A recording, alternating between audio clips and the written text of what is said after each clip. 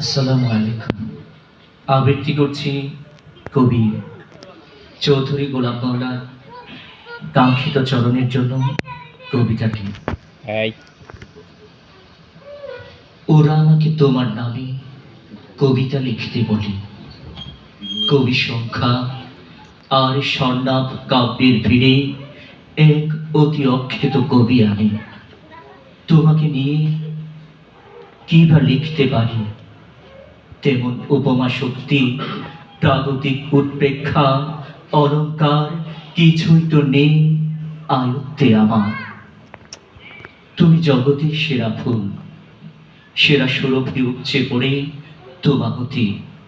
শরীর অনন্য বুলবুলি তুমি, জ্ঞান প্রদীপ তুমি, বিশ্বলোকের বিস্ময় সৃষ্টি করে রাহমাতুল্লি আলামি। উসওয়াতুন হাসানা তুমি, খোদার হাবিব, শেষ বিচারের মাঠে সাফায়াত বর্দা। তোমার জন্য নন্দিত স্তবক রচনা আমার কাব্যতি, আমার কবিতার শব্দরাজি লুটিয়ে পড়ে সুন্দরের থেনে। সুষমার কাছে তারা মূর্ছাগত, জীবন স্রোতে খড়কুটো আমি ভেসে চলি, কেবলই ভেসে যায়, তবু পারে দেখা তো না পায়।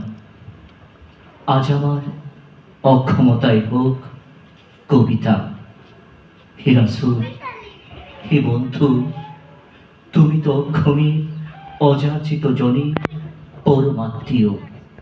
মাটির শয্যায় সর্বশ্রেষ্ঠ রাজা সন্তমা।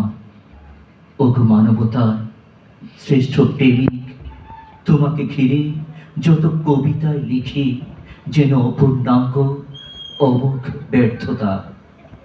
তাই কাঙ্ক্ষিত চরণের জন্য অপেক্ষায় হোক আমার সাধনা।